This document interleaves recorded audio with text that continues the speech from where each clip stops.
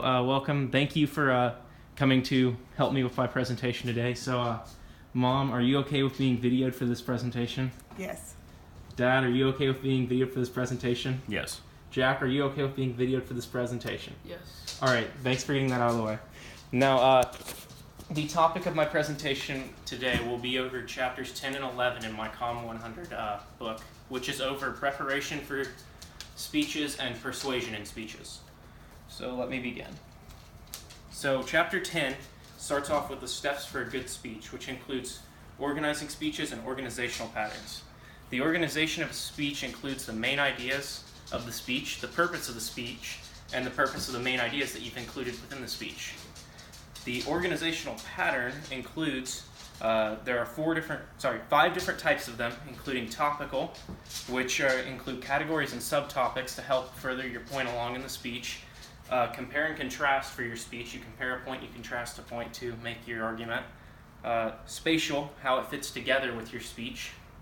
Chronological, where you detail things in time order so that it makes sense. And causal, where you show the cause and effect of two different things. We also have outlining for the speech, which is the scope of your content, your reflection of the parts, the relevance of your ideas, the balance of the speech, and the shortened outline for your notes of your outline when you're done with it, so that you can keep the knowledge that you want to get in your speech together in a more condensed form. There's three different types of outlines. There's a working outline, which is the normal outline that you think of, where you write down your main idea and then your supporting points. Just a simple little blank. That's not supposed to change, don't worry about it.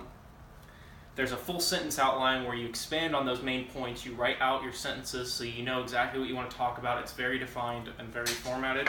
And then there's your speaking outline, which is like what you would do with note cards, where you write down specific bits of information you want to talk about in a speech. And so that's your three different types of outlines you have. There's also different types of speeches. There's an older form of speech is the memorized form, where you would say a speech from memory. That's not used as much anymore. There's impromptu speeches where there's no preparation for it. You just kind of are on the spot doing it. There's a manuscript speech, which is a pre-written speech where you're just reading from a script that you've already wrote out. And there's an extratemporaneous speaking, which is a very well-prepared speech. It's been crafted exactly for the audience you're with. It's supposed to roll right off the mouth. There's no improv with it. It's the most, or rather, least casual of speeches. It's the most formal. So that's what chapter 10 is over. And then also for preparation of the speech, there's several parts that make a good speech, including you're being truthful about your topic, you're accurate, your topic's interesting, it's current, it's organized, and you have a purpose for why you're making the speech. So chapter 11 is about the persuasion in a speech and how it helps to affect a speech and make it a useful tool. Hold on a second. Persuasion is an attempt to make a person see your point of view by trying to show them that you're right about a point of view, or that that your point of view is better than what they currently see it as, or at least to try and get them to agree with your opinion. There are three different parts of persuasion. There's the ethos, the pathos, and the logos. Ethos is your credibility as a speaker.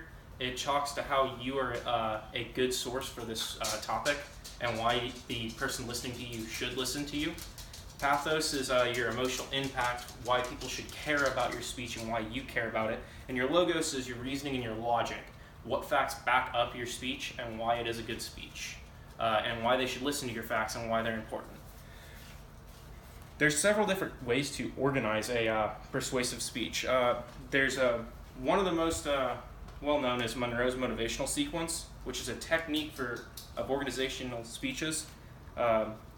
It has several steps involved with it, which include attention, the needs, the satisfaction, visualization, and the action of the speech. There's another one also. It's called the problem-cause-solution organizational pattern. And what it is you outline a problem, its cause, and solution during your speech and how it works. Along with this, there are... let me go.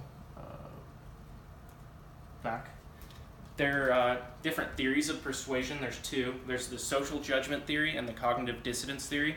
Social judgment is what types of communication will let you better communicate with your audience and allow them to change your behavior easier.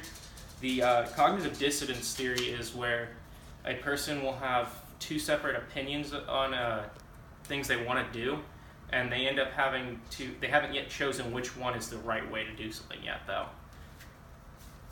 And then finally, for making your argument, there's three types of claims. There's factual claims, which are the facts about a claim, whether something's right, something's wrong because of a reason, or it's wrong because of that reason. There's the there's problem claims, where it's a problem solution. There's a problem, you claim that you can solve it using the method that you propose in your speech. And then there's the value of a claim, which is the judgments people make about your claim. Is it good? Is it bad? That sort of thing. And so finally, the last thing I want to talk about for persuasion is fallacies, which are things you don't necessarily want to have involved with your speech. There are several fallacies, so I'm not going to go into depth on each of them, but they include the ad hominem, the bandwagon, appeal to authority, begging the question, false analogy, false cause, false dilemma, hasty generalization, non sequitur, red herring, slippery slope, and the straw man. And so, yeah, that's what Chapter 11 is about. It's persuasion. It's what to do in a speech to keep it interesting, to get people to agree with your point of view and not to agree with the opposing argument for your speech. And so that's the end of my presentation. If you have any questions, can you ask them? Anyone have questions? No. No questions? All right. Thank you. I'll show you something, Jack.